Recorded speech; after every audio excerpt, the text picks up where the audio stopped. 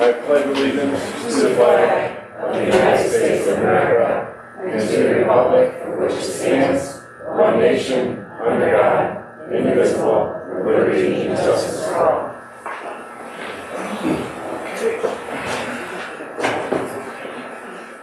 I need a motion to accept this evening's agenda. So moved. Linda? Second. Stacy? All in favor? Aye. That's carried. Okay, moving to the minutes from the last meeting. I need a motion. Kathy? Stacy? Any questions or comments about the minutes? All in favor? Aye.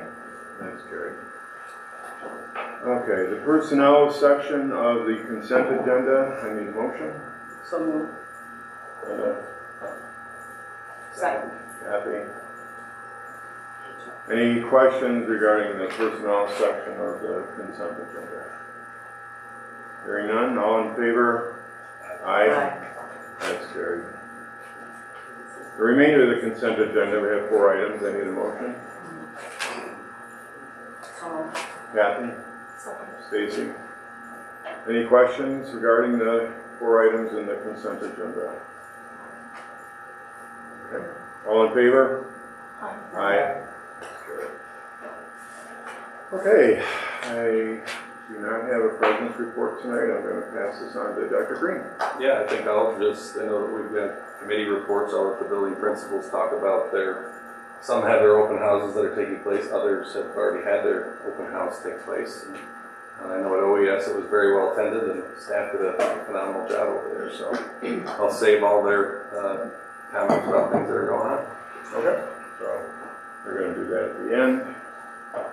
All right, so district business, we have our substitutes contract to approve. I need a motion. So moved. Linda? Mike? Any questions regarding that? All in favor? Aye. That's carried. Okay, we have the code of conduct. This is the second read, right? I'm sorry, I had a question Go ahead. about the substitutes teachers contract. Yeah. Is that retroactive? Okay, Yep. just double check. Right, sorry. Oh, that's fine.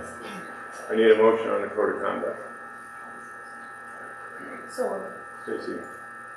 second. Yeah. Any questions or comments? All in favor? Aye. Well, moving right along to, we have quite a number of visitors here today. According to the sign-on sheet, I have Mr. Owl. You're first, sir. Thank you. If you don't mind, I have a couple of handouts for the board. And forgive me because I wrote everything down because I wanted to make sure I stayed within the 2 minutes. So I planned on going in another direction this evening. However, last night, one of our parents received the following information from their FOIL request. We want to be sure you have this information, and I prefer to give this information to you rather than read it aloud. There are 2 reports filed by Owego-Appalachian employees as well as one administrator's notes from their interview with one student. As you read these notes, I want to refer to your new Title IX policy. Your new policy identifies the evidence standard used to evaluate a formal complaint as the preponderance of evidence. What most people do not understand when we investigate school harassment, discrimination, bullying, and retaliation, school officials simply need to conclude that it's more likely that something happened than it did not happen. An investigator only needs to conclude that there's a 51% chance something occurred. Please remember this is only a sliver of the information that we have and why we're so outraged at the way the district has handled this situation. In a recent SED update, it stated since 2019 the burden of proof for harassment claims has been significantly lowered in New York State. The accompanying PowerPoint to that email stated the following: harassment or bullying means the creation of a hostile environment by conduct or threats. Harassment and bullying are defined as a single verified incident or a series of unrelated verified incidents. Students who experience bullying are at increased risk of depression, anxiety, sleep difficulties, lower academic achievement, and dropping out of school. DASA prohibits retaliation against any individual who reports or assists in the investigation of harassment or bullying. Lastly, I will conclude by reiterating what I wrote in my last email to the board. We appreciate you taking this matter seriously. We expect individual accountability for those responsible for negligence, deliberate indifference, harassment, or just plain incompetence. Thank you. Thank you, Mr. Hummel. Mr. Palladino. I just want to say that any teacher who has worked with any of my kids, I think Carol and I did a good job raising them, but teachers kind of assisted along the way. And I'm very proud of my daughter for taking it upon herself to come forward with her friends. She felt impelled that something was wrong. She came forward and made a statement about the actions that she witnessed. I thought from that point forward, this thing has just been swept under the rug, not addressed. I have several emails and several correspondence that were not referred to, were not replied to. I think that it's just been really mismanaged from the get-go. And I would tell you, remind you that the board's job is to govern the superintendent. The superintendent's job is to govern the school. And I think that lashing out and calling employers of parents who are asking simple questions about what's going on with a particular situation is completely uncalled for and out of bounds. And if it's not handled by you, civilly and legally, I will handle it. Thank you, Mr. Palladino.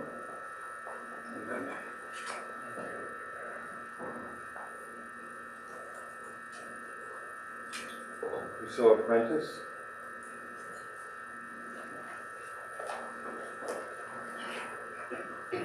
Priscilla Prentice, parent of 2 current and 1 graduate of Owego. I'm here to just make the board aware of some scheduling issues at the middle school level. It seems that 30 plus students are scheduled for 2, 3, and 4 study halls during their academic day rather than being offered electives such as foreign languages. I'm told that it's due to scheduling conflicts, that they're aware it's a problem, that they're working on it. However, it's not a new problem, and it's been going on for years. Students who have room in their schedules are sitting in study halls for 2 and sometimes 3 hours in one academic day, and it's too much free time for students who, for the most part, are given less than 10 minutes of homework a day. I would like to, just if the superintendent could please look into how many students are being affected by this scheduling and what the plan is to fix it. I'm told it takes time, which I get, but meanwhile, we've got dozens of students sitting 3 to a seat in a bus for over an hour to be told that they have nothing to do for 2.5 hours of the day.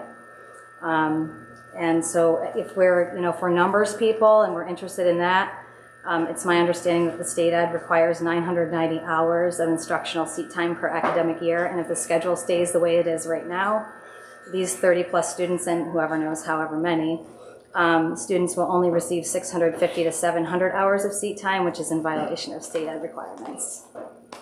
Thank you very much. That was it. Did I miss anyone that wanted to speak?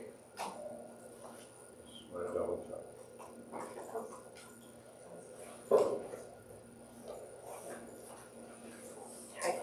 Hi. Patty Miller, Holmes Road, Hoboken, New York. I just have, somebody actually asked if I would ask this, so I'm speaking for somebody else.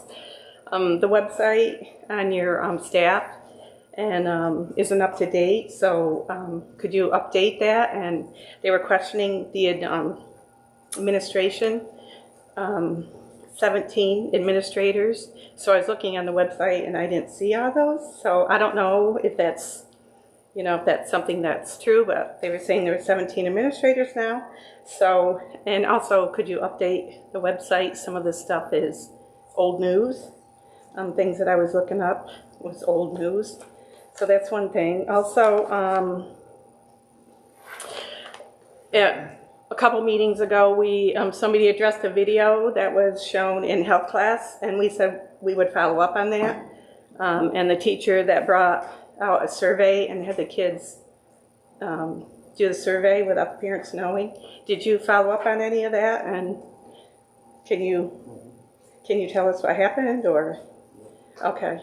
So another question, is there like some kind of policy with parental rights for surveys for the parents to know ahead of time what's being taught? There's And usually an opt-out.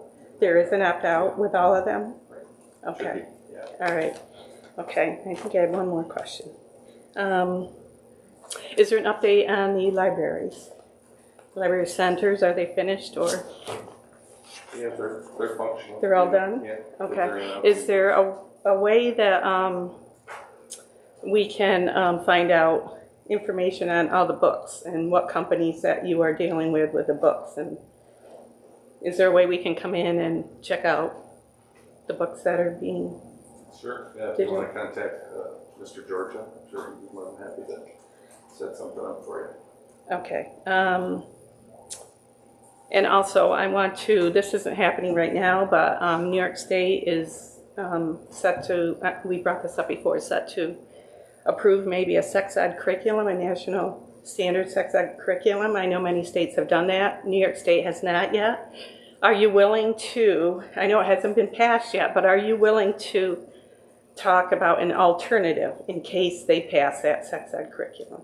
I know it hasn't been passed yet, but I'm just putting that in your minds, if there would be an I alternative. haven't even seen it yet, so I couldn't Okay. We can look into it. I can send that to you.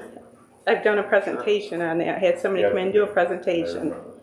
So We can look into it. I would but, appreciate that. You know, obviously, it hasn't been passed yet, but Right, let's stay tuned on that, okay? right. Okay, thank you. That's it. Thank you. Ben. Okay. Moving on to the, I'm sorry? Can I speak to? Yes, please have your name and address, or name and address, yes, please. Paladino? Oh, I saw your question mark. I Sorry. did, sorry. That's okay.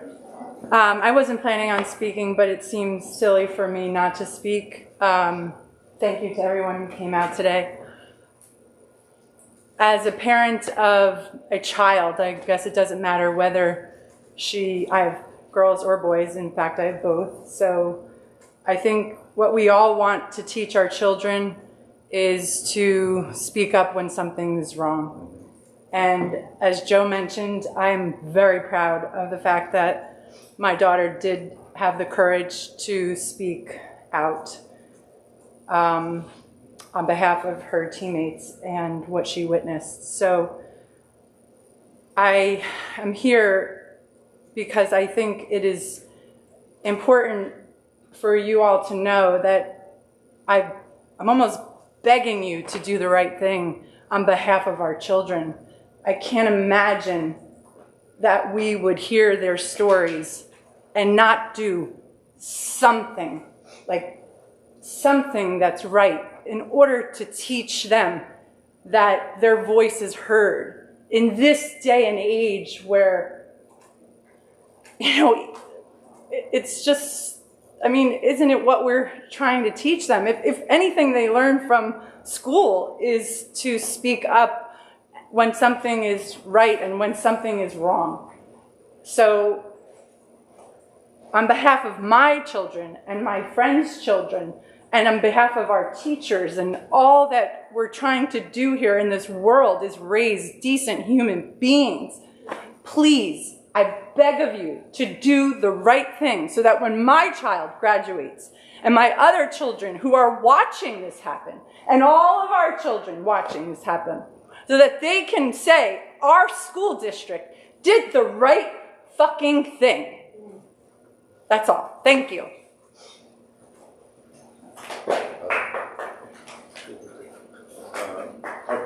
Now, is there anyone else? I don't want to miss anybody. All right, moving on to our administrators. Try to see who's in the back.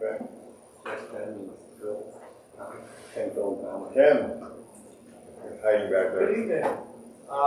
We have open house this Wednesday. Both high school, middle school will be doing an open house from 6 to 7:30 for the parents to come in, talk to teachers, see all the improvements that we've done between the two buildings and talk about what's going on in the children's classes. Next week we do have pictures in the middle school, I think on the 29th and the 30th. We'll get those scheduled. Then of course we have our early dismissal drill, which happens every year next Thursday. Thanks.